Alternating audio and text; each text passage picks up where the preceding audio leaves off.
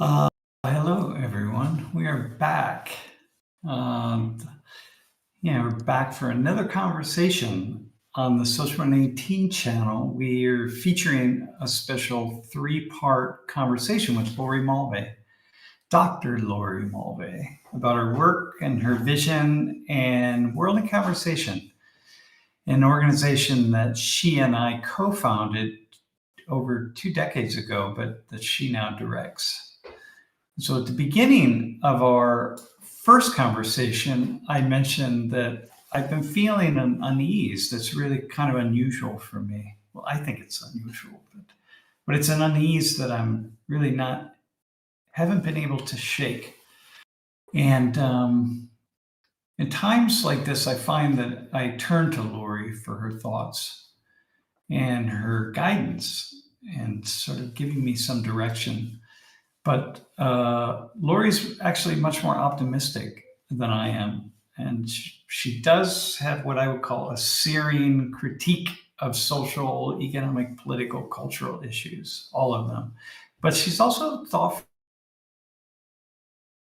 what I would call a passionate optimism that she brings to her analyses and she brings to my analysis. So here we are with Laurie Mulvey for the second of our 3 sessions about her work and her vision, because it speaks directly to this unease that I'm feeling and that I suspect many of us are feeling.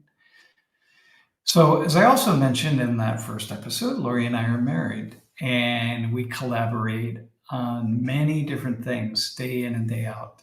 And in January, this coming January, we mark our 40th year together. We met in mid-January of 1986. And Laurie's not seen the questions, just like in our first conversation, she's not seen the questions. So there's nothing scripted about our conversation today. And I really enjoyed part 1, and I'm sure that this conversation is going to be equally as enjoyable for me. And if you're watching live, you might be interested in knowing that our third conversation will be next Wednesday or Friday, same time. And of course, the recording will be on the Social 118 channel. So, Laurie, hello. Sam. Thanks for coming back. You know, when we decided to do this, or when I asked you to do this, a couple, maybe a month or 2 ago, I didn't know if we'd make it through all of the conversations, but it's good to know that you were you'd enjoyed it as much as I did.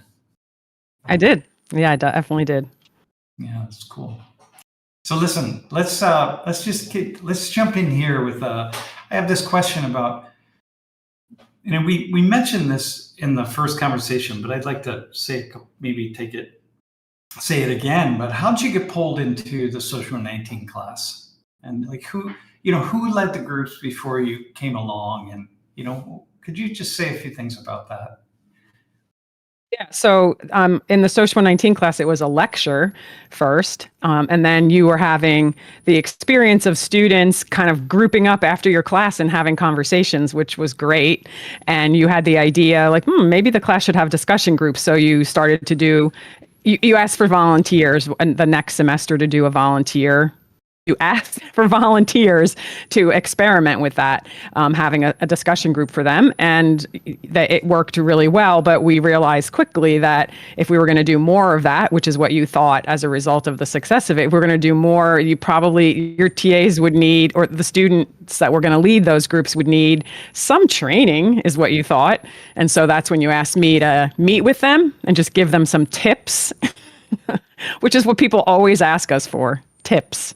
And then that became... To be fair, though, you have your MSW and your focus was on group work. So that's where you first kind of to think about facilitation in a more dynamic way, right? Yeah, well, my internships that I did were in group work. So family therapy was one, and actually running groups at a women's center was another one. So yeah, I definitely had been working with groups, but I'm just joking because people always want tips. And it's actually quite a life's work to be a facilitator. Like you always say, it's like asking a brain surgeon for can you just give me a couple ideas about how I could do this? It's how you do a surgery. Yeah. Hey, by the way, just a really fun story. If I could just throw it out there really fast.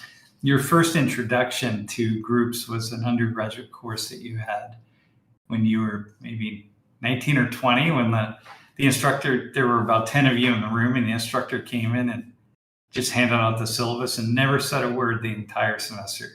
Yeah. It was a summer class. So it was like an everyday class, and it was in a room that had no windows in a basement.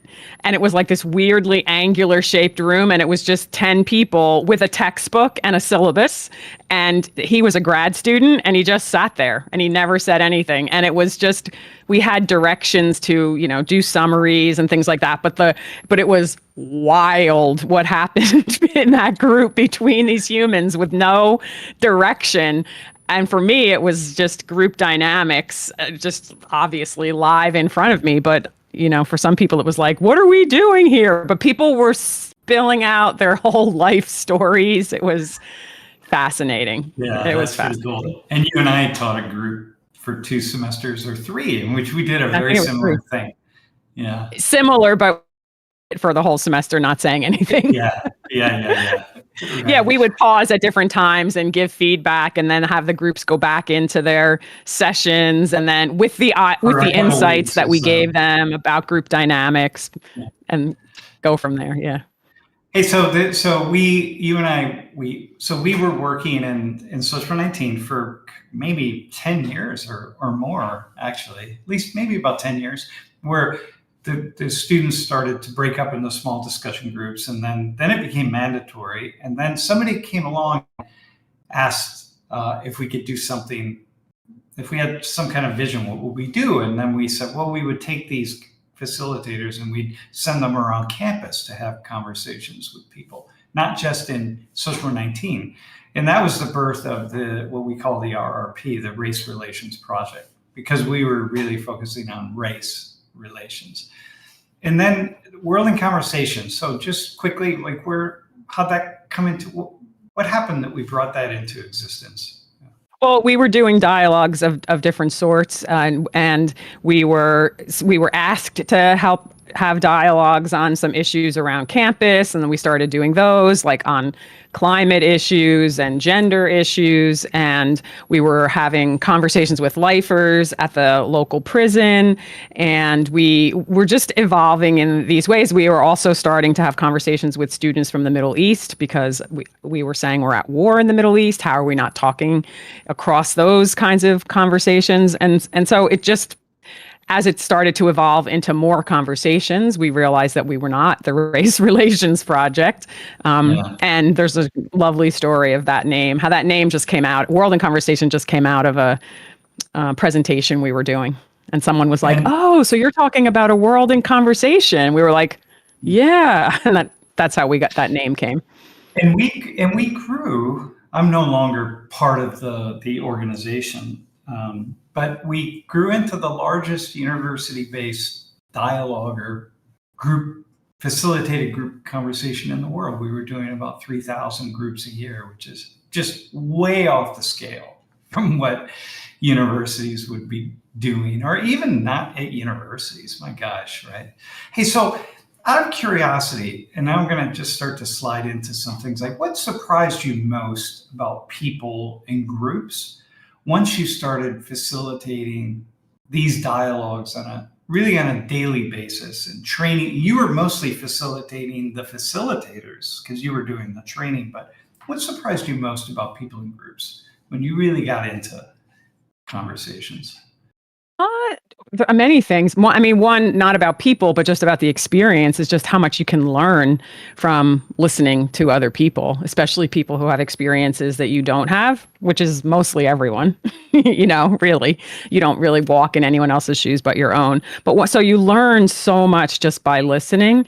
But also what's surprising is just how many layers of reality there are, right? So somebody comes into a conversation, or groups of people come together and they say certain things, And if you just stopped right there, you'd be like, oh, Sam thinks this, Laurie thinks that, she's this kind of person, that person's that kind of person. But then as you just keep going, you start to be like, wait a minute, they also see it this way, or they also have this other experience that starts to make things really interesting. But also you see the complexity of people, and also how much we kind of limit ourselves in social life, because we kind of, we take on roles and we are part of groups that we allow to define us. And of course we do, because life is complicated and that's just the way to survive.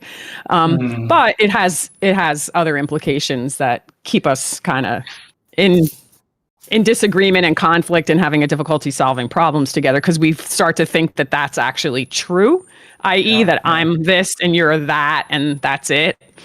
So so I think that's what's just, it's so amazing when you meet people in a group, just like how much more there is than what you think. I have this experience where when I'm in a group of people, that different members of the group bring out different sides of my personality, different memories, different thoughts. And so if that's where, each group is different, because it's building these really interesting connections between people that are different based on who's in the group, Hey, so your training approach, here's another kind of pre-conversation question in a way, but your training approach has evolved. I mean, it's been 30 years, almost 35, man, that you've been doing this here at Penn State. So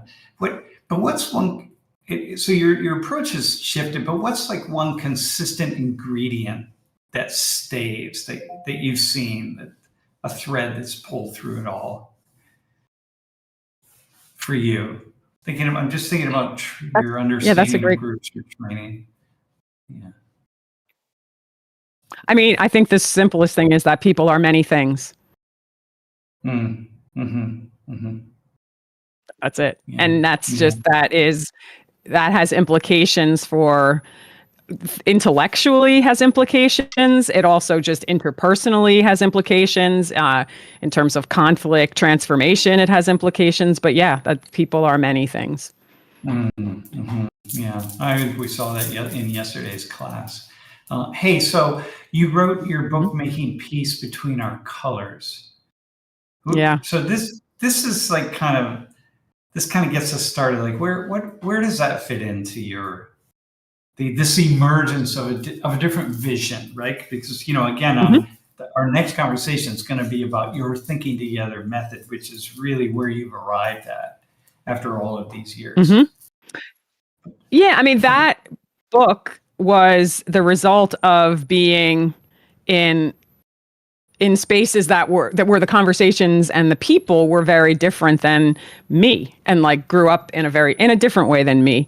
And so I was just learning, in a way, a different culture, but probably many different cultures. And so that book is really the exploration of the inner work of hearing things that were not my experience and letting them land inside of me and work through me, and I always said, like, transform the way I saw the world. And I think a simple way to understand that, what I mean by that is, I think we all have this, but there's people that were taught to fear, very simply, and I found out that those people, quote unquote, were really not to be feared. I mean, there's certainly people and events to fear in the world. I'm not saying there's nothing to fear, but I realized that the simplistic way that I had grown up and been taught, and the way the world teaches us, was just so limited, and it really just changed my heart and mind. So so the book is just tracking that experience, that internal experience. I called it the inner work. Okay. Change your mind and heart, I would say. Opened it. I think. No, and I say mind and heart, mind before heart, even though both happen together. But once again, I always have this idea that people feel like this is soft work, what you do, and it's fierce work. But this is what we're going to talk about that a little bit and shortly. But hey, so you've discussed about how during those years you had this idea that we were stuck, especially the kind of first maybe 15 years or so. we were stuck. Like you were seeing that the dialogues and the conversations were stuck. And can you say what you saw?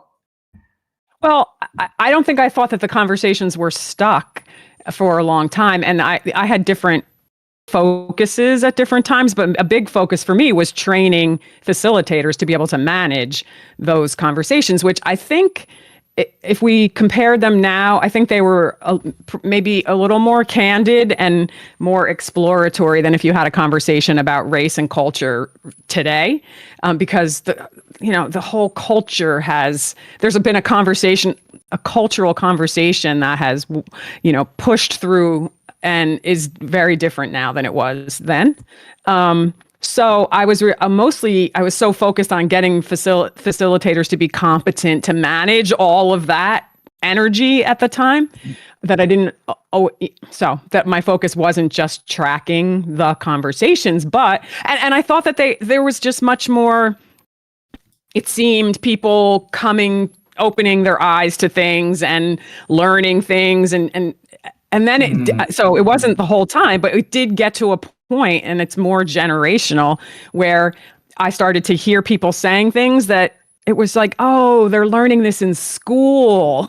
Okay. Right. They didn't actually have I mean, and back in the day, it was like if you had an experience of something, you had a certain way of talking. Well, your experiences are more of what determined how you spoke about the issues of race and culture. But as the generations moved forward, the years moved forward, it was like, oh, you were taught that in school. It wasn't an experience because it's actually what most other people are saying that are between 18 and 22, basically. So you often said that people were reading scripts to one another. Well, that's what I came to conclude. It was just like, this is too much. We can't. There's got to be a complete change in this, because this is not possible. It's not a dialogue by dialogue issue. It's actually a much broader issue. Yeah. Like this isn't just how to facilitate. My experience is that was the point at which you started to fully, just like you collected enough data. You watched things unfold for a long time, and then this was the beginning of you formulating your method, your own method, your own model. So as a way to, so tell me, what are you trying to do as a facilitator? And before I say that, because I think this is going to influence how I answer that question, so hold that question. But I think when I say people are giving scripts, and now something very common that people say is they talk about narratives, right? This is not new. The humans, again, because of the complexity of the world, we pick out certain data points and we make a story so that we can make sense of the world, right? That's what a narrative is. And there are cultural narratives about how the world works. The United States is this kind of country, you have a story about that, and that's how you move. And so I think it's important to know that people, when they speak, they don't realize necessarily how much of what they're saying is a narrative. It's only people who've been tracking conversation over the years and hear people saying the same things over and over again, where you start to realize, oh, this isn't like what someone personally experienced and therefore knows themselves. It's what they've adopted.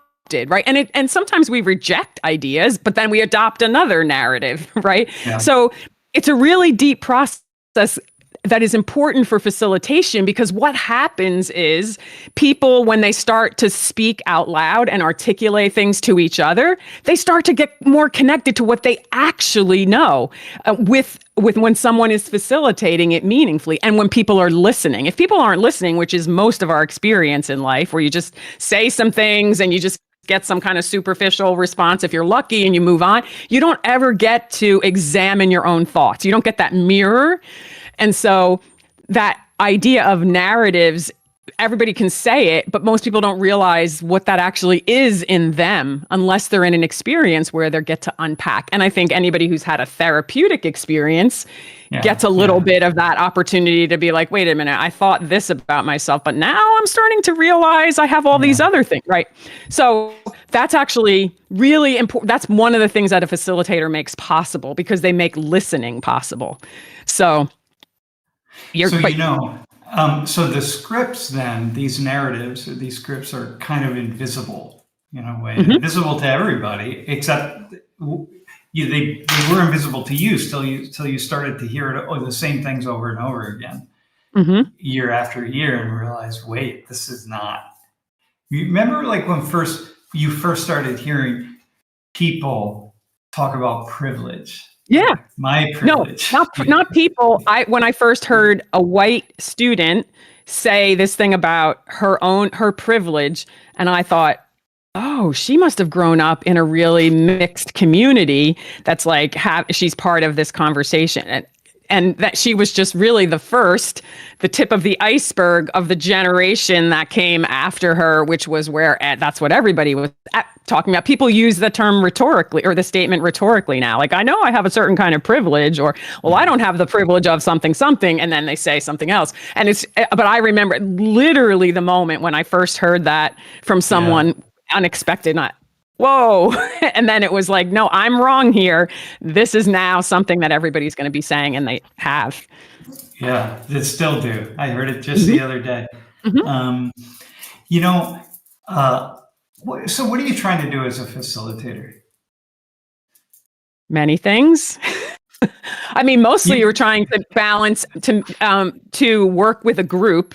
So there's you might say two things. One, you're working with people as individuals, but you're also working with a group phenomenon. So I like to think of it as an organism. So there's an organism that is. How about an orchestra? I have an image of an orchestra conductor. Which I would say an orchestra is an organism. In other words, it's a living being that's operating interdependently, right? So as a facilitator, I'm both working with the individuals to help and invite them into speaking more honestly, speaking from more of their lived experience, being as candid as they can possibly be. That's at the individual level, and then with the group, trying to create balance of different sorts, so that the group actually can begin to rework itself into something that actually can make people smarter, because they start to think together. That's ultimately down the line. But it's like you're always working between both the individual needs and then this needs of this organism. The first image that you used to use, the one that really helped me to get it, is like a traffic cop, who's like, okay, wait a little more here, like stop over there, and you go now, and all those things that, it's really interesting to watch a facilitator in a group, to watch you in a group, because you are so active, man. You are so active. Yeah. And I mean, there is so much, like each person brings so much to a conversation, right? And so you've got to be able to allow them to be satisfied by what they're able to share, but also that there's all these other people that also need to share. And so there is a traffic cop version of facilitation, sometimes more than other times. Yeah. No, I think it's, so like, here, let's think about the conductor, right? Like sometimes you really have to be hardcore. Like you got to be really hardcore. Ruthless. It appears sometimes, right? And like staying focused on getting the orchestra to play together. Like the individuals, like they don't want to play together, they don't know how to play together, but right? So anyone who's ever observed you facilitating. Like any kind of a group, a rambunctious group or a quiet group or whatever I can call it, that they witness a lot of intensity. What would you say about that? About being kind of really hardcore, ruthless? I'm going to use that word ruthless because sometimes that's what it looks like when you're in a group. I feel like I should first say something about, because it's in the same realm, about the conductor experience, because I think it's as visible as the idea of the traffic cop, and it really connects to what this ruthlessness that you're saying. But because, and the reason I want to say it is because the conductor, I started to realize I talk with my hands a lot, and I started to realize that I'm operating like a conductor where they're, and I had the idea of like, oh, okay, we need a little more flute, a little less bass, a little, and that I experience it in my body when there's certain voices that they need to just be quieted and certain voices that need to be encouraged forward. And then there's some that need to play and harmonize together and they're not in harmony. And so very much, each person in an orchestra has their own instrument to play and they have to play it well and they can't play other people's instruments, but someone is there to bring them together and to have them do it in a way that is pleasing, functional, all of that. Okay, and so that they're all... Go ahead. So that they're all what? Go ahead. So that they're all part of it, but you're not getting this like too much of one thing or another. So there's got to be somebody who can help make that choice, and so that everybody can focus on playing their instrument. Okay, so here's the thing: you're not trying to direct the outcome of the group. That's not it. So somebody listening to you might think, oh, you have an idea of what you want people in the group to say, or you have an idea of where you want the group to go, and that's not it at all. Right. So what do you want to see happen in a group? I want what I said. I want people to be as honest and thoughtful, sincere and candid as they can be. And I want them to hear other people and to consider ideas that aren't theirs and to allow people to be who they are. So there's all those kinds of things that I want to happen, because when people are sort of allowed to be their best selves in a conversation, if you will, they can then do the best work together. They can think together. They can challenge each other. They become smarter together. And so that's what I'm looking for, is for them to become smarter together so that they can examine an issue or build something together or complete a project, whatever it is. Mostly we've been in like the conversation examination realm, but you can examine something way better if you have the agency to be yourself and to let other people be themselves. And you just go ahead. Go ahead. No, go ahead. Well, and you don't do that naturally. I mean, everybody, I think, for the most part, we're all socialized to try to belong into a group. And so we do our best to be nice and kind and whatever. But that's actually the kind of stuff that undermines really good group experiences. And so you have to have somebody help to manage all of those pieces. And the other thing that will undermine it, it's, again, just like the orchestra, let's say, like the tuba players, gonna want to play loud, man. The tuba player's just gonna play loud and loudly, and so exactly, and like there's tone it back. Yeah, go ahead.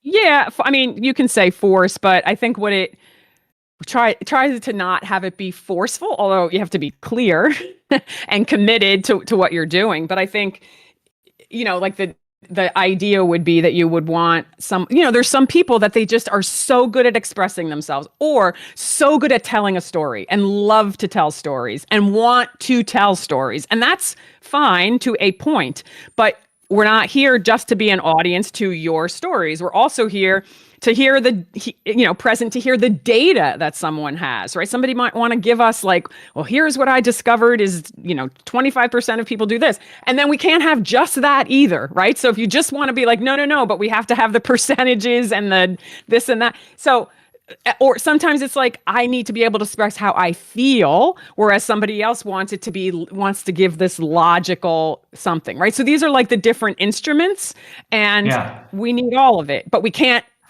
just have one thing. And often you get people who just want it to be one way, and will dominate if you don't allow it. If you don't. No, and people who are watching, like, they'll watch you facilitate, even sometimes in my class, and people will go, hey, Laurie, just let them talk. And you're like, and they're not seeing that, look, you have a vision for this. Like you have an understanding of the magic that happens when a group is well balanced. And like the quiet person, you're often talking about, there's this person in the group who didn't say a single thing, but you knew that they had something to say, and you just waited to the right moment, and you just brought them into the conversation, and they started with, well, I don't know if this is really important, but then they said the thing that just completely took the group in the direction that the group benefited from, right? Stuff like that. So that's a good facilitator is going to be able to do things like that. Yeah. So you also, the one thing is, no, go ahead. Yeah. I mean, those are just really basic facilitation moves. I would say that our student facilitators, after a semester of we were just looking at the data today, right? 60 hours of practice in one semester, 30 groups, right? So an undergraduate student in one semester has, on average, led 30 different dialogues, right? Like that's an incredible amount of practice. And so by the end of that, I would say that most are able to do these. I mean, I would probably say all of them to do these basic moves. Sometimes it's more sticky than others, or with personalities or controversial things happening, but they can pause people, they can redirect, they can invite in the quiet people. Those are the really basic and significant skills. Yeah. That's cool. Well, I think though that it's good because we're having this conversation now for people who that you're talking about the basic move, because for people who really don't even understand what a facilitated conversation is. But I guess I would say we've all been in groups that have been dysfunctional. And we've all left the groups feeling really unhappy and very unfulfilled and saying, well, that wasn't worth my time, or that was a waste. Starting with our families. Starting with families, and you would say that's because you didn't have a facilitator. Yeah. No, well, because first of all, families, it's a long-term connection, right? So there's all kinds of things. But yeah, I mean, the group dynamics that are occurring in a family are the perfect. This is why I did family therapy and worked at a women's center in my training, because those things are so connected. And I think it's important to talk about that, because I think we all know the experience in a family of being either welcomed in and feeling like you belong and feeling like you could say what you want and whatever, and that feeling of like, wait a minute, I've said this 100 times and nobody's ever heard me, or wait, I'm not allowed to say that. Like, why can't I question what so-and-so is doing? Or why can't we think about this differently? Like, there's so many things that are parallel. And it doesn't mean, there's something wrong with us as people, but it does show the experience of a group. And in order to belong, you often have to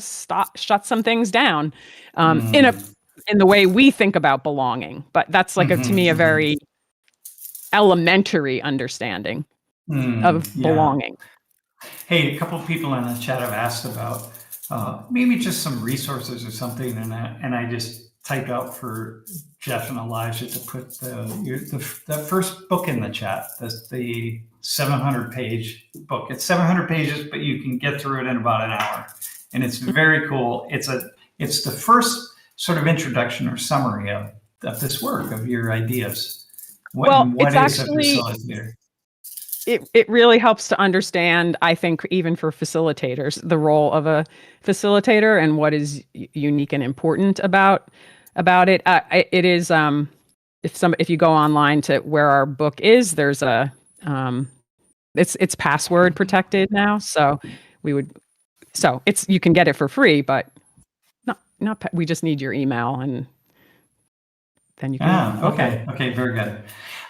Hey, so listen, let's quickly summarize this. When a group goes well. Wait, I just want to say one thing though. But the book itself is just the very fundamentals of facilitation, which are common to any facilitation. The framework is unique to me and to our work, but it's meant to be a kind of a training guide, and the training guide would give the basic skills that anybody would learn. The thinking together method is something different that is not on our website, because we have a book. I have a book that's in draft.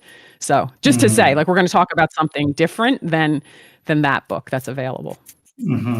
Okay.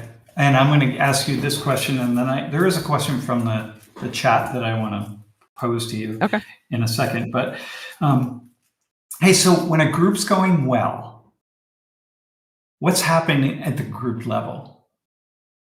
What's happening is that people can disagree with each other, and it's actually fine.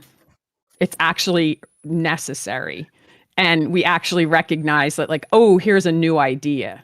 That's when a group is going really well. And I just want to say, in contrast to what a lot of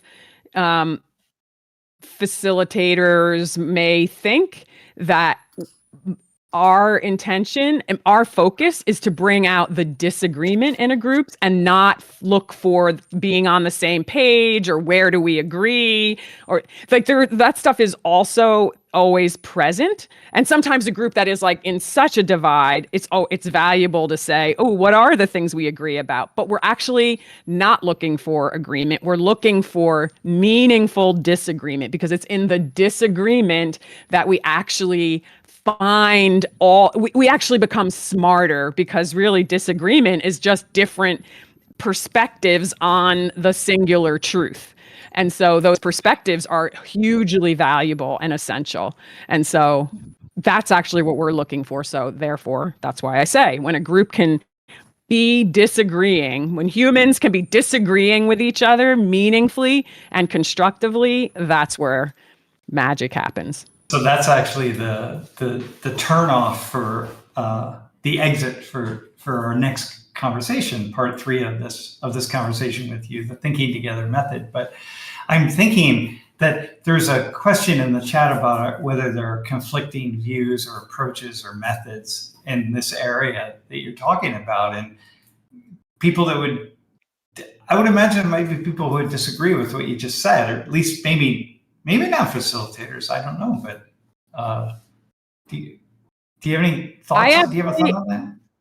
Yeah, I would actually go. I would say that I disagree with most facilitation methods that I encounter, not because they're wrong, but because they don't go far enough, or they're more of a tool than a paradigm. And I know that for many, many, many years, I was leading the training of facilitators without a paradigm. First, without even a clear idea of why a facilitator exists. I mean, seeing it and knowing it and doing it in my body, knowing the truth of it, but it wasn't. But writing the conflict and collaboration book was actually because I needed that book, and I needed to give it to other people too. And so yeah, I actually, for example, empathy is a thing that like everyone has been thinking about and talking about for a long time. And what I have said many times as a trainer is, we're not interested in empathy. So I think that would be a point of disagreement. But the reason that I say that is because empathy only goes so far, and we actually need people to stand in their own shoes and say what they see, rather than only, like, the goal isn't just to understand someone else. We actually have a bigger goal in mind, which we'll talk about next time. And so that's why I say, like, I wouldn't disagree with particular techniques. It's just the way we put them together, and I think is what I didn't find and what I had to create. Yeah. I agree with that.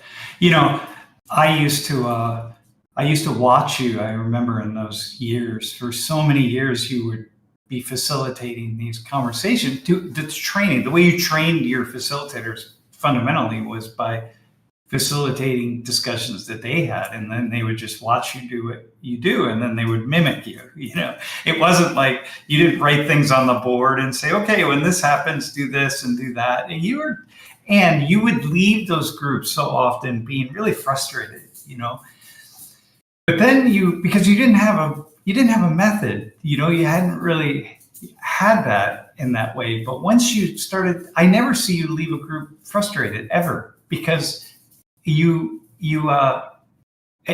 it's all so fascinating to you. And I've watched you in groups where it's just all hell is breaking loose, and you are so calm, you are so present that you're not afraid of any conflict at all.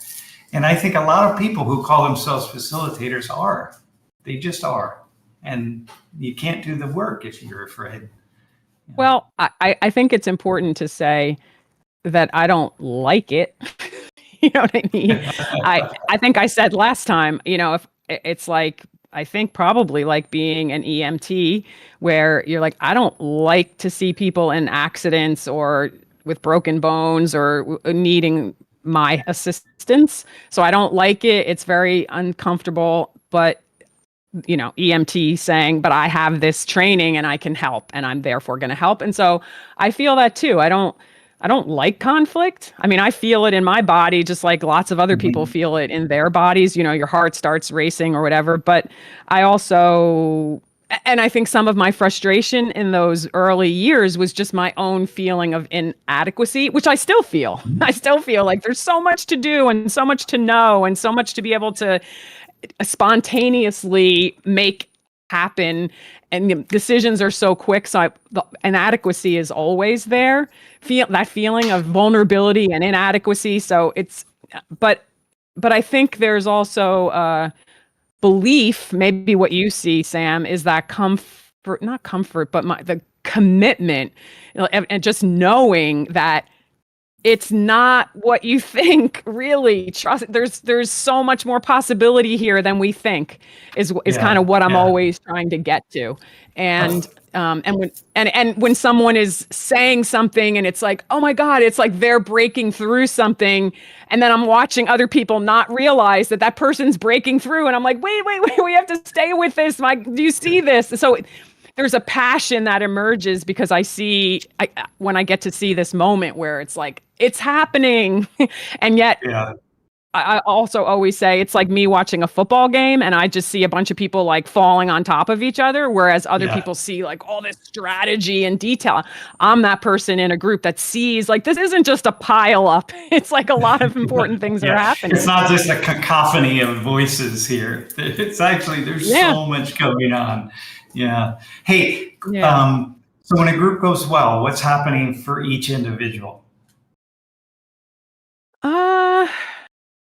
What's happening for each individual is, in general, is like a leaning in. How I experience it. There's a couple different things. When it's going really well, there's actually a lightness that I feel that people are like, oh, okay, we're doing something here. Excuse me. But I think a simple way to say it is people are leaning in. Like now they're interested. Now they're engaged fully in this process and they're part of something. That's what it's like. And they actually are now talking to each other. They're not just talking to the air, like they're on a soapbox or just talking to the ground. Sorry. Or to the facilitator. Or to the facilitator. Yep. They're now talking to each other. And that moment when the group becomes a group, it's also it's also the moment when a group becomes a group, when it's going well and people are leaned in. And now they're like, oh, I want more of this. Okay. So I think about a group then being in some kind of dynamic equilibrium together. And that doesn't mean that everyone participates equally and that kind of thing. It's not. The person that talks a lot is still going to talk a little bit more, and the person that's more shy is going to be more shy. It's just that the group will gel in a certain way. But can you, like, for people who are watching, what moments might they imagine where they could disagree meaningfully, and it would be the basis of a more functional group set of relationships in some kind of group? Yeah, it's really so simple. I mean, this happened several times today already in meetings that I was in, where a group, one of our teams was like, we were talking about something and it was going and it went in a direction, and it was sort of like, okay, we're gonna do it like this, and then one person said, I disagree. After it felt like we were all moved, in a direction, or at least we felt like we were fine with that direction. And then someone said, I actually don't see it like that. I think it should be like this. I think we should do this strategically instead of what we're now saying. And that's like, and then we all were like, oh, that's actually meaningful. And then of course, what often happens is you see that it's actually not a disagreement, because it's just like, oh, we're not ready to make a decision yet. And here's another facet that we should consider. And now we could even put those different facets together. And that is what I see often, is that these disagreements, this is not people fighting. This is just like, ooh, here's a forgotten angle, or in something we never thought, a thread we never thought to think about, until this person, who's the one thinking about it, brought it to us. And so I don't know if that's a clear enough example, but it's like absolutely the perfect example of how that works. No, that's a good example. Okay. Let me, I want to ask you a question, because this fits with what you were talking about with the watching a football game analogy. What is group process? People talk about group process a lot. Like, what is it? Where does it fit into this? I mean, group process is literally just what's happening between people, what's happening at the organism level, right? So there's the content, which is whatever it is we're talking about, right? It's like we need to put in a new pump station in our neighborhood and we don't like it. That's the topic, right? And we all have a different perspective on that sewage treatment pump station type thing. And but then the process is who's talking, how are they talking, who are the people that are allies, who are the opponents, what's the tone, it's all of that. How do they talk to one another? How do they, like, what voices do they use? How do they change? How do they do some people? What are the narratives? All that. So when you're observing a group, those are the kinds of things that you're looking at all the time. Yeah, I mean, you also have to look at the content, because again, that's where narratives are really strong, and we can lose ourselves in stories that actually can be broken down and examined, and other things can come from them. Like, we don't have to be stuck in those. So facilitators have to pay attention to that as well. But very much what is happening between people is a facilitator is tracking those. And so if you're in a group yourself, if you're a participant in a project, for example, you have to be a participant in the project. Like, you have to talk about your role. I mean, you have to talk about the project and what you're doing. And I don't know, if you're the accountant, like, you have to look at your spreadsheets. You can't be facilitating the group, and you need to have people that are facilitating and people that are participating. It's not the same thing. It's actually very different. And so yeah, that's what I would say. So when I think about our relationship, this is, so we often talk about how we were married in a therapist's office, right? That's where this actual wedding happened between us. I mean, we weren't literally married, but that's where something magical happened, because we had this third person who was there to kind of ignite a different kind of conversation between us. Absolutely. And she played the role of, like, a facilitator would play in a larger group. Well, 100%. You could be a facilitator in a group of two. I mean, the smallest group is a dyad, right? But no, that's a perfect example, because she was both addressing the content of what we were saying, but also the process of what was happening in the roles between us, and the power differential, I think, was a big piece of how I would just, like, give up and play the victim role, right? I didn't even see that, but, like, I would say she wasn't saying any of these things herself, but, like, I would name it that way right now. And the way that role and that way I was positioning myself in it was undermining the possibilities that could happen between us. So she was both working at that level, and she was working at the what were we saying to each other level, and what were we saying to ourselves. And then she that changed the game. Yeah. Here's the story, if anyone's interested. So when we met, I was on my way out of the country. I was going to Mexico for the summer, and Laurie wasn't a traveler, and so she just never could understand this person who wanted to travel, and I was planning to spend a year and go travel back and forth to Latin America, but ultimately spend a year doing my PhD research in Latin America. And I was just a traveler. I was always on the go.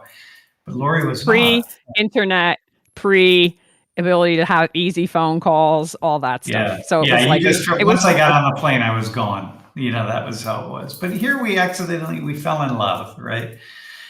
So Laurie, he couldn't figure out, you couldn't figure out how I could love you and yet leave you all the time. And so I finally say, listen, let's do a therapy session. Let's do some sessions with this person, who we both knew of, but had heard that she was really, really good. So we go into the session, and you were thinking, as we both recall, that she was going to just show me what a jerk I am for leaving you.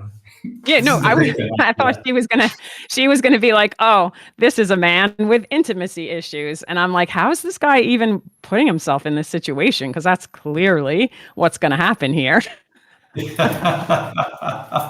I went into the conversation saying, like, listen, I can't be feeling guilty all the time. And this is crazy. I'm just being who I am. So like, let's see if we can work this out. Because if not, we're going to have to split up and move on our way.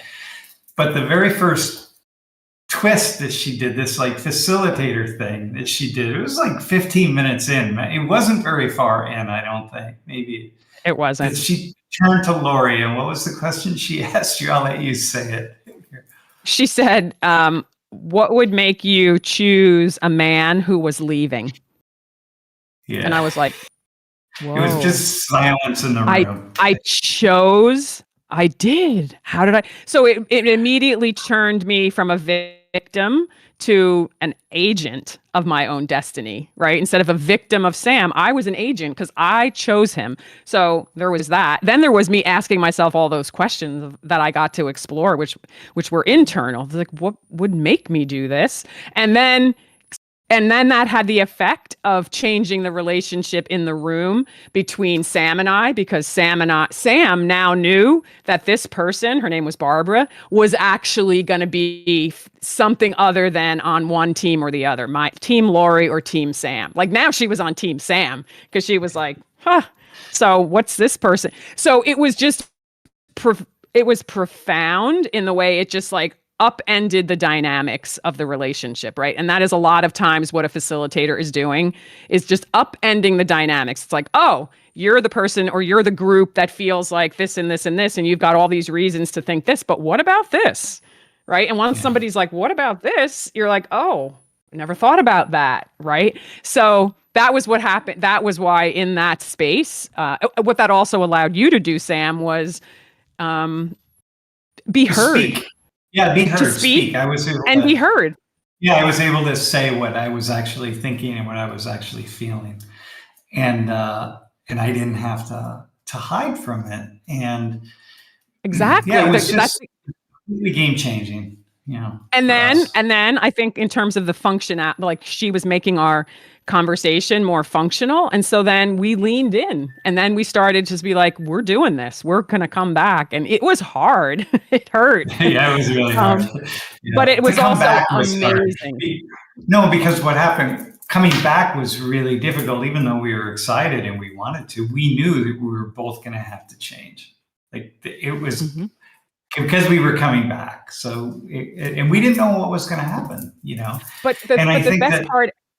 the best part of it, I think, Sam, is that we became more of ourselves, right? Yes. The change wasn't like me becoming someone else or you becoming someone else. We became more of ourselves. And for me, for Sam, that meant just being able to internalize and not feel guilty about who he was. And for me, it really was like, I have to see who I am. Like I'm not operating on clarity about myself at this point. I'm just responding to this relationship. And so we had different work to do, but in that process, we became ourselves. And that is the foundation of our marriage. Like, that's exactly what, I mean, there's more to say, but That was Yeah. definitely it. So I think that's really important because we were then able to collaborate, but only because we could engage in this conflict and we could be who we both were and then come up with a solution that was going to be our solution to this And impasse. she was doing what you do, or what a facilitator does in a group. She was holding things. She was Totally. watching us both, just like when I observe a facilitator, they're watching the whole group, they're holding the group.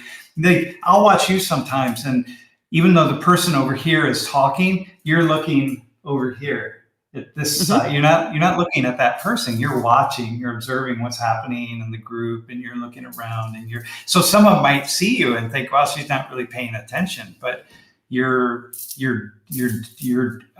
checking out, you're watching the process. Mhm.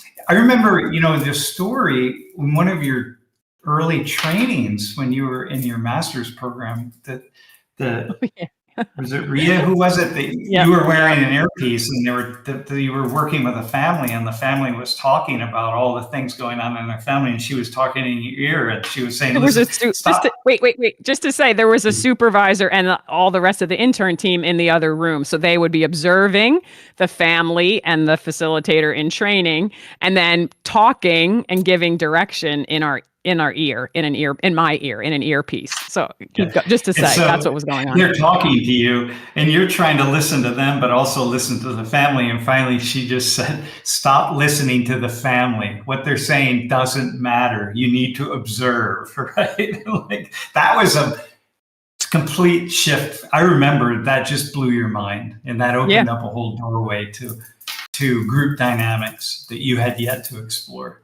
Yeah. That's Definitely. great. So anybody listening, just know that, these things it's really, wow. Okay, but listen, I want to go to the first kind of stage of your model, which is this, the fulcrum. Okay. And, This is in the book and that is available online. conflict and collaboration, right? And you have this idea of the fulcrum, and, we do have this image that we can put up, but can you just explain the image? Like, what is this? Well, I think most people know what a fulcrum is, which is just kind of a balancing. I can't explain it exactly, but it's a balance, like a seesaw. And for me, it's that represents relationships in a way, which is like and so I always think of like two people, even though this is also about groups, but it's the simplest to think of two people sitting on this seesaw on the fulcrum, and how close or how far are they from each other, right? And if they're far, it's going to be, weighted in one direction or the other. And if they're close, obviously you're going to get a kind of balance. And so it's a model for understanding one part of relationships, and then the facilitator's role in, or one of the things that a facilitator is looking for in a group, and that is, and so one side of it is conflict, and the other side is collaboration. And in my view, we want a balance between conflict and collaboration. So we want people to be able to acknowledge conflict, and we also want them to be able to collaborate as different people who are, quote, in conflict. And so then, but the extremes are from conflict. If you're not addressing it, it goes up towards the edges of combat, and on the edge of collaboration, and this is often where we go, is conformity. So when things are out of balance, you see people that are either in combat or conformity. So anyway, that's this this idea, this model that we ask facilitators to keep in mind, or to put in mind, that's what you're looking for. And we talk about in the book the ways of getting people closer to that balance between conflict and collaboration. And it's always there's never just collaboration or just conflict. They are fundamentally always in tension with each other, and the intention is to keep those in balance. But again, most people in groups are, closer either to combat or conformity, and what we would probably say is conformity, because that's social life. You go along with groups in order to be part of them. So when a group is out of balance, it's out of balance because there's too much conformity, not that there's too much combat. Usually. Wait, more no, often. either. No, I got you. No, hang on. Let me say that differently. when a group is out of balance, it's either because there's too much conformity or because there's too much combat. However, Exactly. when groups are out of balance, it's probably more likely that there's too much conformity than that there's too much combat. Conformity is a bigger problem in groups, in other words. Yeah. Would say. Yep.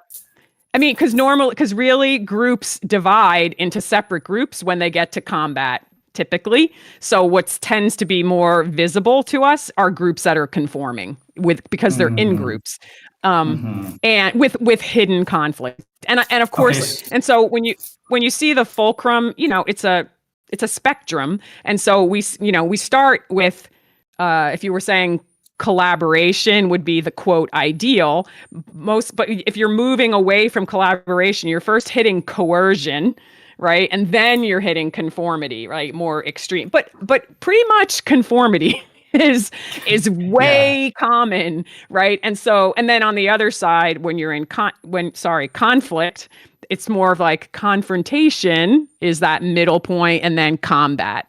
But in my view, what we're mostly afraid of is combat and confrontation, not conflict. So, but we call all of that stuff conflict. So when we say conflict, it means something different than what most people are thinking. I just want to describe this in case, because some people will be listening and not seeing the image. It's up. I thought we had the image. Why don't we use the image? The image is up right now, but some people will be listening only to the audio. So in the center of you got this line, and in the center of the line is the fulcrum. And on the left, right, kind of balanced evenly on both sides. One side is conflict and the other side is collaboration. But at the far end of collaboration is the what is it? Extreme of conformity. The extreme of collaboration, which is conformity. And in the outside, instead of conflict, the extreme part of conflict is combat. So when imagine a teeter-totter, right? Two people sitting on that teeter-totter, when it's way out of balance, it's because there's far too much combat or there's far too much conformity. Okay. So now, so you say like conflict is neutral, like in your book, right? So I just want to stay on this, right? Conflict is neutral. What conflict, the way I define it is simply an encounter with differences. So I think this and you think that. I feel this and you feel that. I value this, you value that. I've done this, you've done that. That's it. It's just differences, an encounter with differences. And but I think what we most do is assume that if we encounter differences, it's going to lead to an argument. And so we just like dream ourselves into the idea that, oh my God, I have to be quiet. I have to tamp down something about my differences because, or our differences, because it could lead to something. So the conflict, the differences themselves are not the problem. The problem is that we don't address them, and for good reason, because we're trying to get along with people. And we think that this could lead to an argument. And we're like, I don't want an argument. I don't need an argument. It's okay. You value that. I value this. I don't have to say anything. Fine. But eventually you will, because you're going to hold that stuff inside and you're going to get annoyed, and you're either going to not go back to the group because it's annoying and it's not interesting. And or here's another one. People are probably thinking, look, what's the problem with conformity? We all conform and we need to conform. And what's the big deal? Like, so what do you see? Can you respond to that? The main thing is it's unsatisfying, and we are losing all of the intelligence and brilliance of the humans, because we're just what's the word, going to the least common denominator. That's what it's just like, okay, this is what everybody says. As humans, we're socialized to get along and go along, right? That's how we survive. Like just way back to the ground of being. We survive by going along with people and having them care for us, and et cetera, et cetera. And so we keep doing that. We walk into a room or to a new experience and we look around and we say, what are other people doing here? You don't just be like dance into a room on your own terms because you want to be, we're just built to be accepted. And that's what conforming is. And so there's nothing wrong with that to start out, right? It's just like, oh yeah, we all wear clothes and show up in our clothes in a classroom. Fine, that's fine. I can conform at that level. But obviously it goes way beyond that, and we conform with ideas and values and all kinds of ways that actually we don't feel. And then we lose those ideas, we lose those perspectives, and then we lose access to our intelligence, the shared intelligence that is so profound. Okay. And I often think, and I often, when I get like critical of the humans, I always remind myself, and I remind myself every time I take this action, but when I get on a plane, I'm like, this is amazing. These planes get up in the air and they fly and they land in another part of the planet. And that is an amazing accomplishment, but it doesn't just happen with people all thinking the same thing, right? You've got engineers and designers and all kinds of people that have contributed their brains to that operation and do it every single time. And that's what we miss when we're in a group and we're like, or whatever, we're working on a project and we don't do that. Yeah. You have the groupthink problem with the conformity. And it's so groupthink big. is fundamental to who we are. And anybody that thinks that's not them. Yeah, they're really sadly mistaken. Yeah. I mean, No, I think this is one of the reasons you and I try to surround ourselves as much as we can with people who don't think exactly like us, right? Like we're really trying to constantly push. And when I come to you, again, it's difficult, right? But I'm always coming to you like, give me another way to see what I'm seeing right now, because I know I'm not seeing it correctly. I don't come to you and say, hey, confirm what it is that I'm thinking right now, because I want to make sure that I'm right in how I'm seeing things. We both make the assumption that we're not right all the time. So I think that's a good point, because I think what we're saying here and what I'm saying doesn't mean I'm better at this than anyone.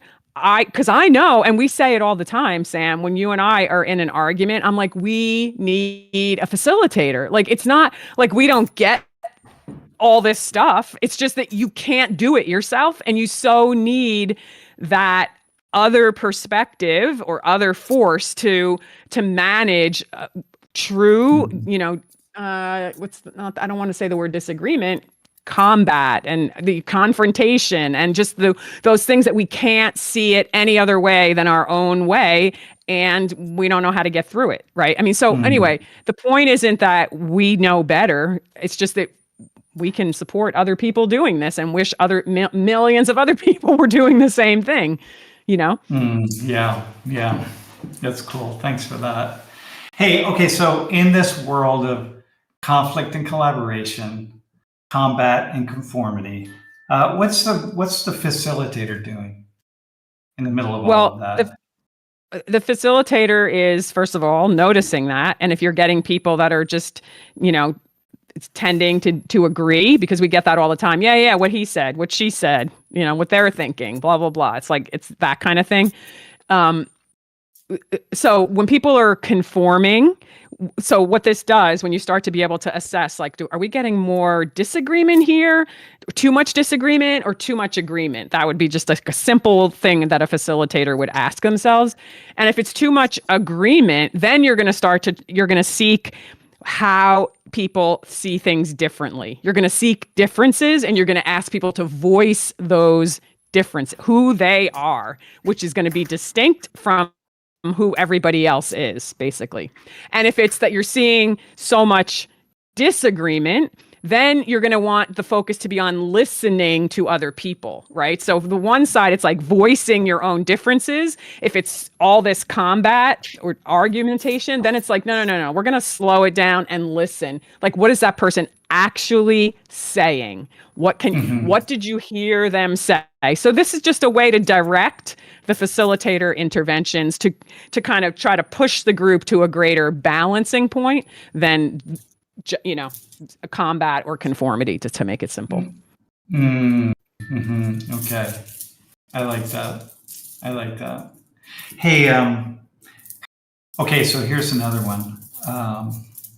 In your book, you talk about, and I should say this book, I've referred to your book on our last conversation and this one, and I will refer to it in our next one, but you're still finishing it. You're still, and you talk about the one kind of really key job for a facilitator is to help cultivate trust in a group. Like it's always about trust. Like that's important, and in place of fear. So you got trust and fear; they're always happening. Can you just say a few things about that? Yeah, I mean, the main thing that undermines relationships and therefore groups are trust is fear, right? And fear is the opposite of trust.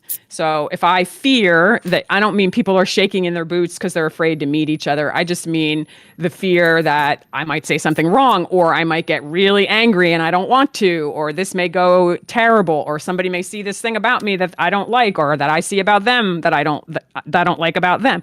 All those things are fear, and and really, so fear just undermines trust, and trust is necessary to allow people to be able to speak their own truth, find their own truth, right? Like we don't often know what we think or what we feel unless we are in relationship and asked to articulate it. It really is a learning. It's really an interdependent process.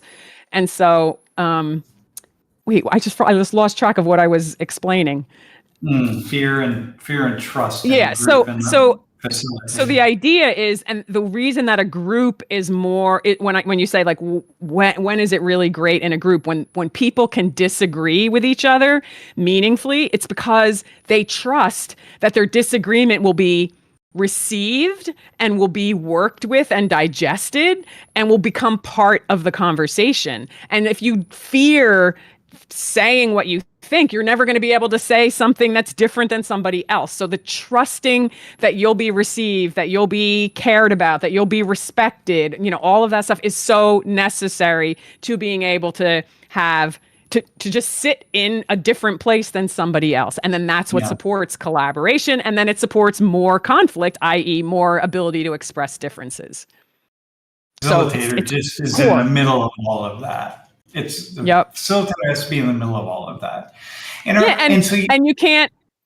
you never know, like, this is why it's not like a recipe where you go from one thing to the next, 1, 2, 3, 4, because my fear or your fear may not emerge either for a while or till we get to this critical moment, or I may not even know what, for you, fear might look like anger. Right. And like, I'm like, whoa, wait, you got really upset suddenly. And now it's throwing everybody off. But it's like, no. What is that? Right. So the point is, we're always having to like pause where we're going to bring everybody along, because people are coming along at different rates and for different reasons and are being touched or triggered by different things. And so it doesn't mean that it never, we're in this thing that you never get somewhere. You really do. But there's often these moments of pause, and you have to be tuned in enough to be like, oh, okay, wait, this is what's happening right now. This doesn't undermine us. This actually has the potential to support us as a team or as a group, because we're getting something else now from this person.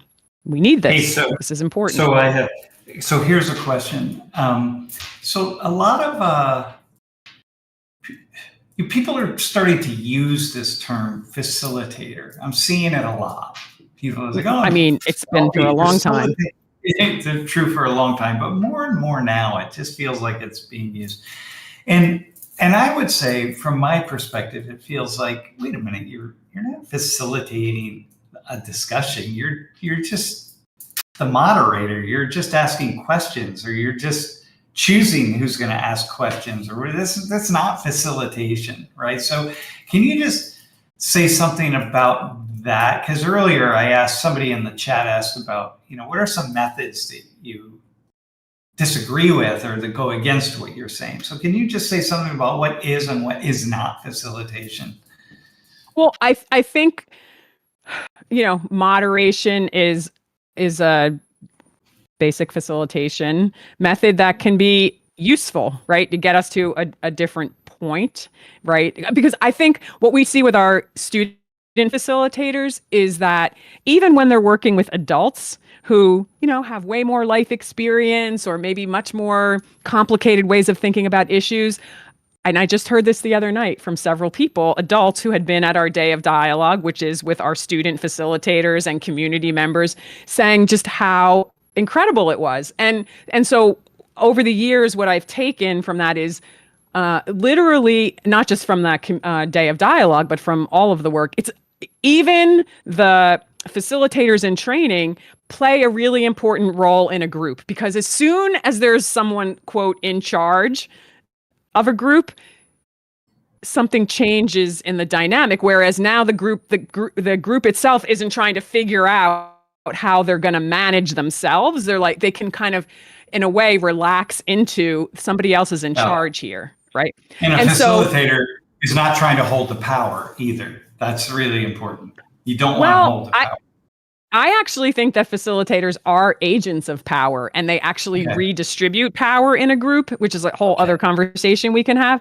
I think that that's actually what's going on, is that even the person that might take over the group by themselves without any real understanding of what they were doing, they actually will recognize that there's someone else in charge and will kind of accept that. And so for 90-minute dialogue one time, which is what our student facilitators do, that's often, functional enough for like wading into this territory. And so anyway, any other facilitation methods that allow, give people a basic structure, lets people do something that they don't normally do because there is a structure for them. So I think that's important. But I think what is troubling to me is when we're trying to address these really important social issues, the role of a facilitator requires a neutral position. What we say is taking all sides. Like, I need to be able to support, like in yesterday's conversation, a Palestinian perspective,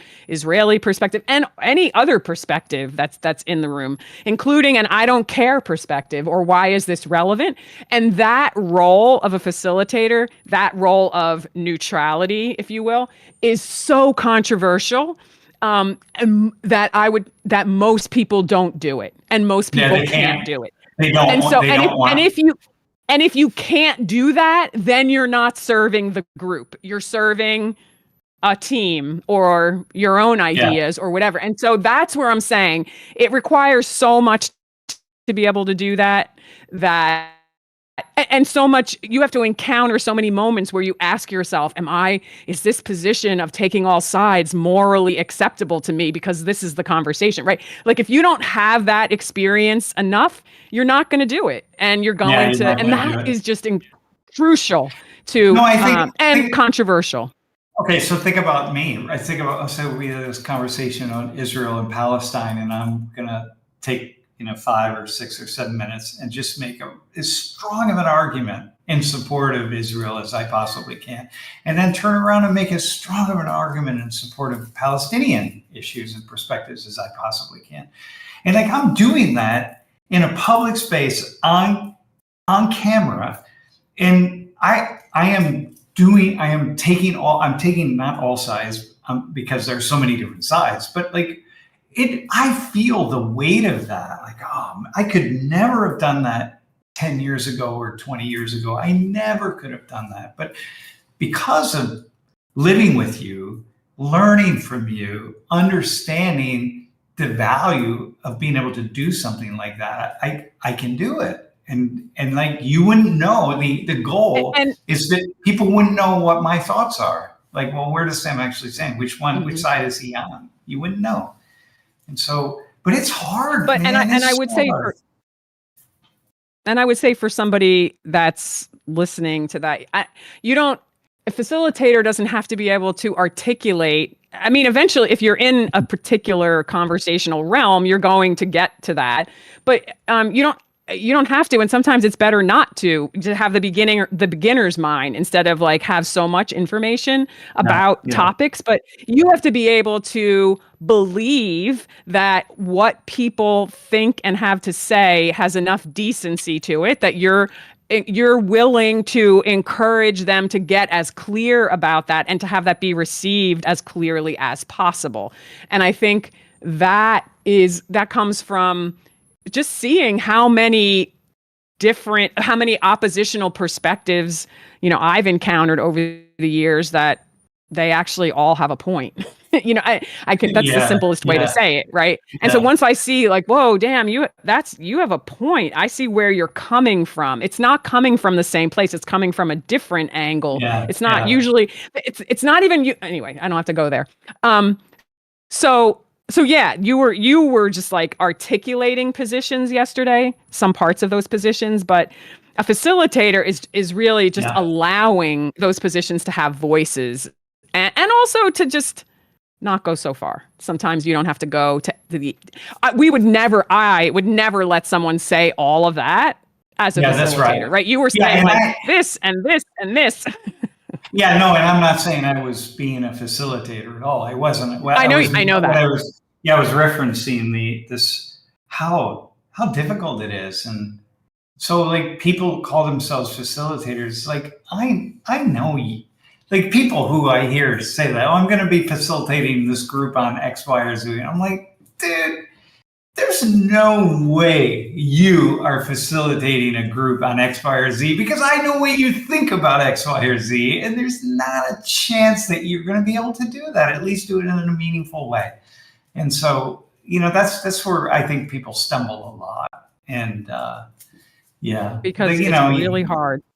it's so difficult. I watch you sometimes, and I think you'll tell me about things that happen in not. I mean, not there are a lot of groups I don't hear anything. I mean, because it's like therapy. There's a confidentiality thing, and so I never hear you say, "Oh, and this person said that, and that person said that." But I know how curious you are about how and why how somebody got to a certain perspective and how when you get to a place your curiosity kicks in and you just are like give me more, tell me more. That's how it is, and you do that with me. You're just like all the time. You're just like, well, wait, well, what's behind that? Like, what are you thinking? And I'm like, oh my god, dude, can we stop? Like, I don't know what I'm thinking. You know what I mean? Like, hey, so here's something. This was in the chat. Hey, so we're just a real quick thing. This is especially this day and age. Like, how is what are some key technique or differences when you're kind of in person or virtual and you're facilitating? Oh, you mean like if you're online versus Yeah, in yeah, person? yeah, Yeah, I mean, that's a whole conversation. And we spent a lot of time in COVID era bringing the facilitation experience online, which meant making sure cameras were on and mics were clear. We could hear people and they were in the visual field and their heads were the same size as everybody else's and everything to be able to recreate the experience of being in a group with people. Obviously, we have all of the I talk at the same time you talk and one mic goes out while the other. So that's a lot of things, but I think sometimes the difference in some ways is just you don't feel the full experience of the people, and yet this happened way before COVID. I was very humbled by the fact, because we were doing international dialogues for a very long time before COVID, and I was humbled by the fact of how much I could feel about what other people were communicating in an international conversation that I was amazed by. So I think that in COVID, we got in, or going online in so many ways, people have developed these routine ways of being online, which isn't fully present, right? Like I can just keep my screen off and make pancakes while I'm listening to a staff meeting. And we were just like, no, nope.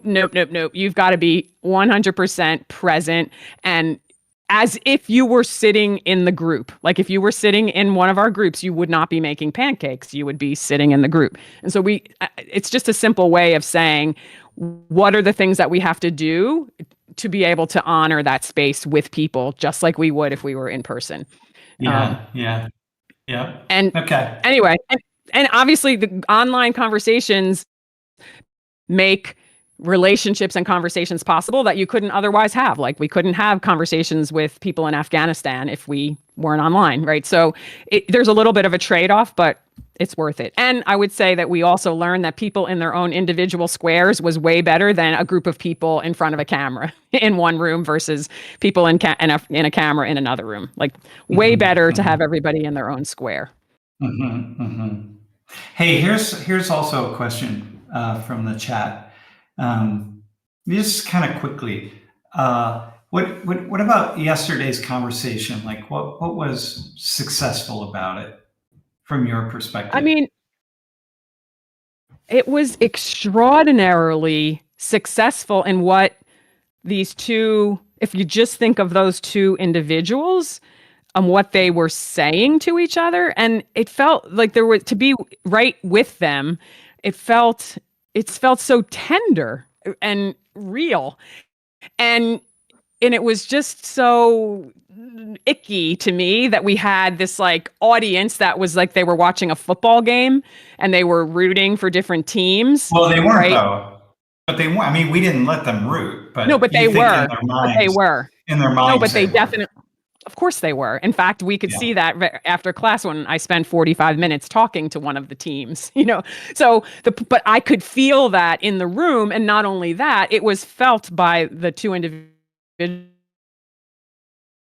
who were willing to volunteer, right? And so I think that they couldn't feel as much of what they said and how profound what they said was, because they were so. Of course they were, and they said it beforehand. This was not a surprise. It's like how nervous they were in front of a group of people. So what happens in a group that isn't like a public experience is people are able to say things there's more vulnerability possible, and that vulnerability allows some things to happen that can't happen in a public forum because people get in their team minds and they want the person to say the thing that represents their team better than the other person. You just get into that oppositional thing, even though you and I said that's not what we're here to do. But that's, it's hard to not. I mean, it's impossible to not, because you're working against an entire human collective consciousness about how we divide the world up into us and them.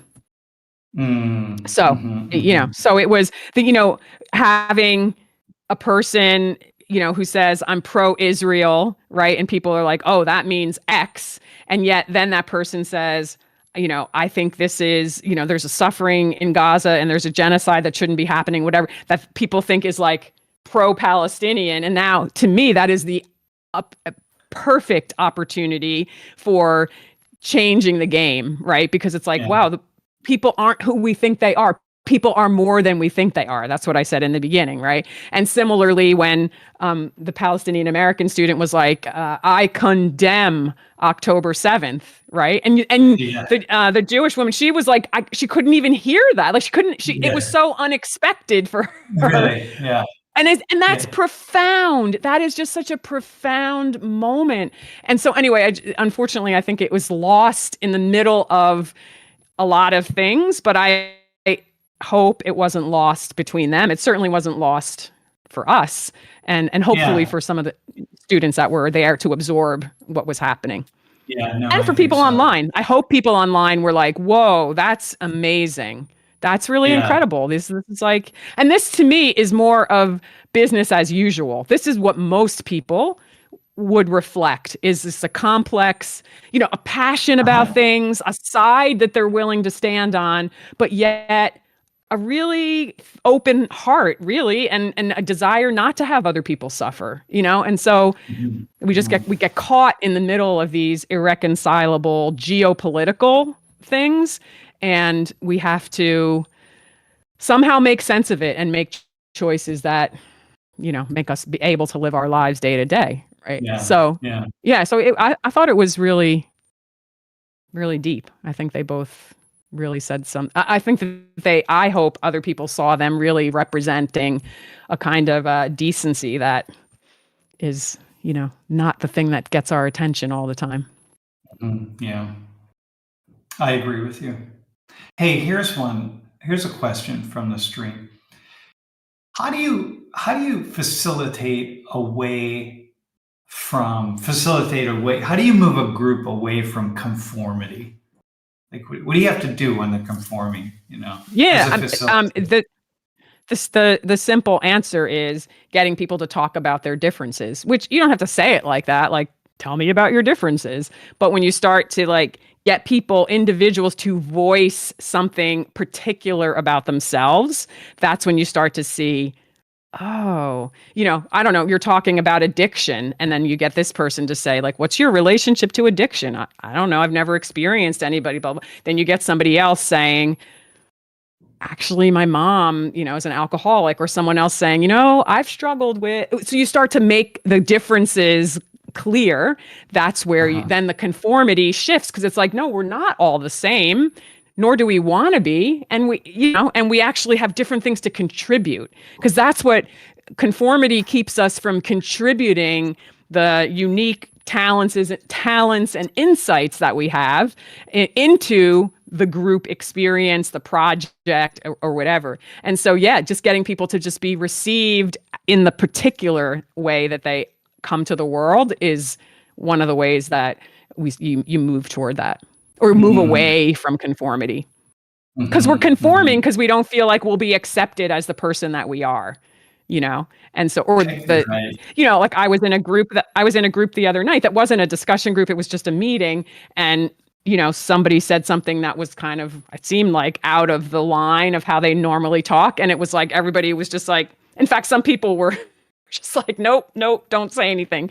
And I think it's because they don't, you don't feel safe saying something different than what you think this group is about or this project is supposed to do, right? And sometimes people have to get really what's the word?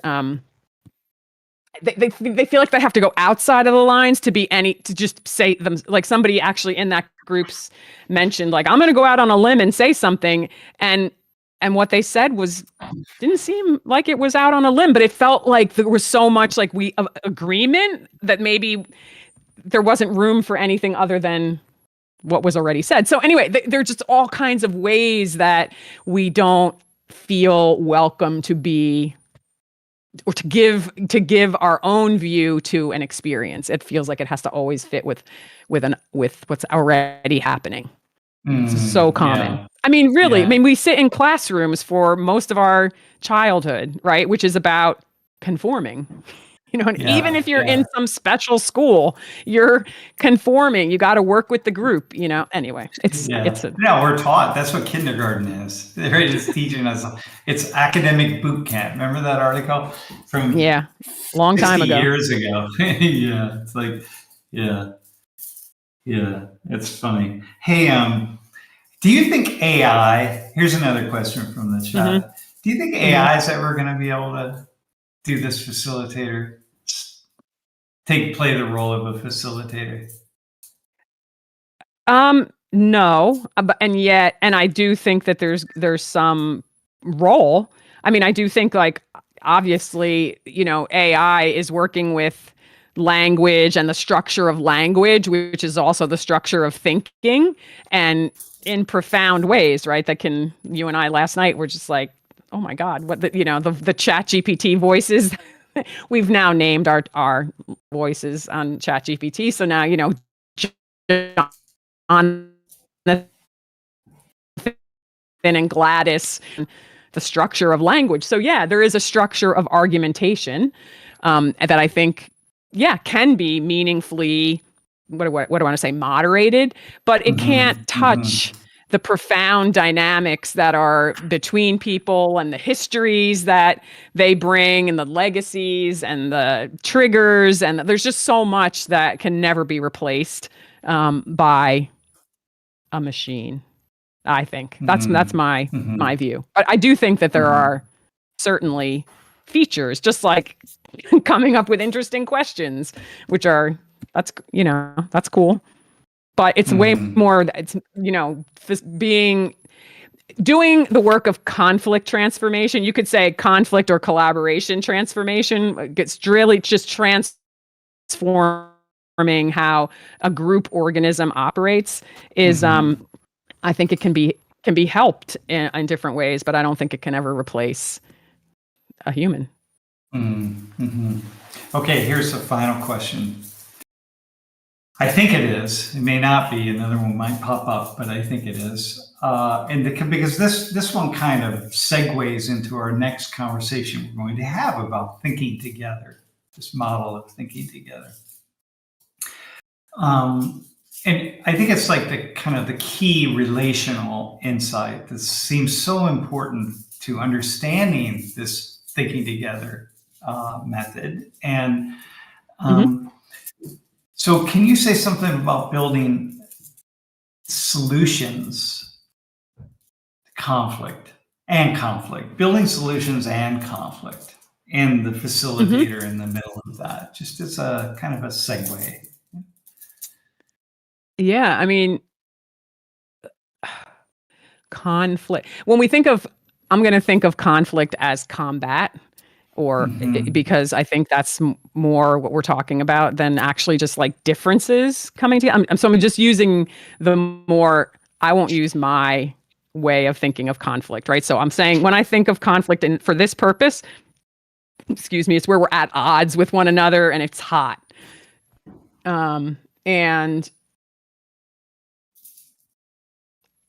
so what I see is like, oh, there's a problem here that we haven't been able, we don't see all the pieces that are making this a problem.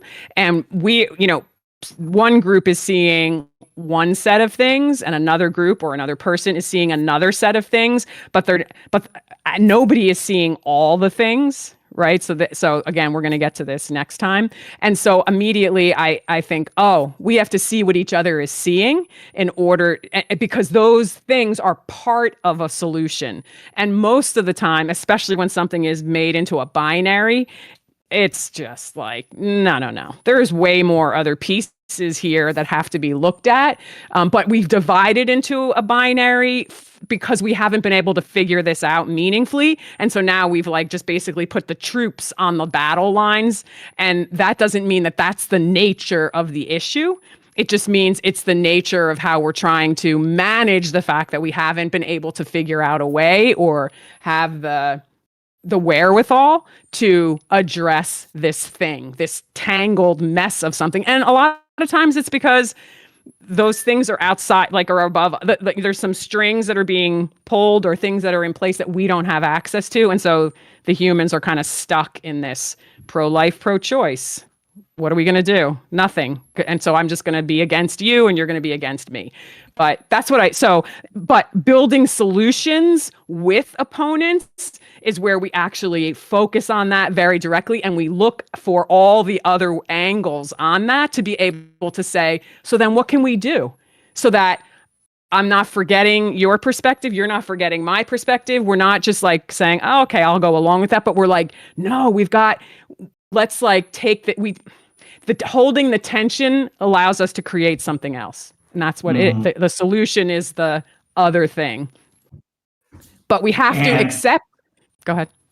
No, and so it's not just self-preservation, right? It's like, we walk through the world with, I mean, maybe I'm being a little dramatic here, but it's like we're all trying to achieve an understanding of what's going on in the world. And there's just like a self-preservation component that everything I do all day long, just trying to make sense of stuff. And you're kind of breaking through a lot of that as a facilitator. I actually think that, like, when you think of self-preservation, I mean, there's always, when you come together with other people or other perspectives that are different from yours, there's always going to be, just like in a border of nations, there's going to be a place where there's a lot more, there's like, between France and Spain, there's this place where the languages mix and you get like a different kind of cultural experience at that border, right? Because there's the migration across the borders. And so when you're with other people, just like a friend, you start to take on their language or their little quirks or things like that, right? So things happen that shift and open things up when we interact with people across these divides. But it's not going to change who you are. And we don't want to change who you are. What we want is to access your intelligence and your insight, right? So, I say, if you're building a house, you're not just building it with the plumbers. You need the electricians and the masons and the architects and the designers and the roofers and the whatever. And it's the same thing with a problem.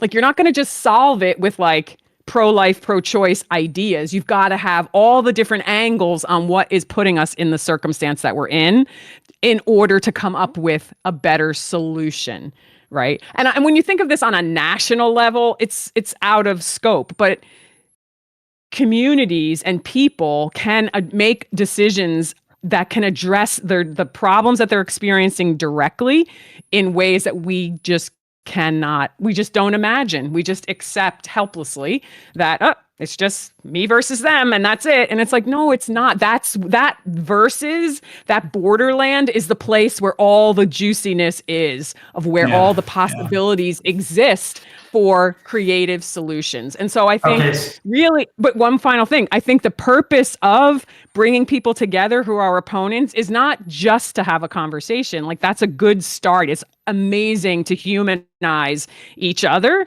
and just be like, okay, well, decent people think that, and I think this. But really, to me, the ultimate goal is to solve our problems, to build solutions. Yeah. Okay. Yep. That is this topic of our next conversation. Speaking of solutions, and thinking about a facilitator and the role of a facilitator, like, who's the arbiter of the solution, whatever the solution is that the group comes to? What do you mean, the arbiter? Like, who Well, who's decides? the one that decides? This is the solution. It's not the facilitator. No, it's the group. The group. Yeah. And the facilitator's job is then to make sure that it's not just the two most powerful people in the group or whatever it is. This half of the group or that half of the group, it's the group. Yeah, and you know the difference, because when people are leaned in and you will experience them co-signing the solution or whatever it is, the project. You will experience that. It is a felt experience when people are leaned in versus when it's like, whatever. And sometimes the group never comes to a solution because the group doesn't. Maybe there's some kind of solution, but it's not the group. And so, Yeah.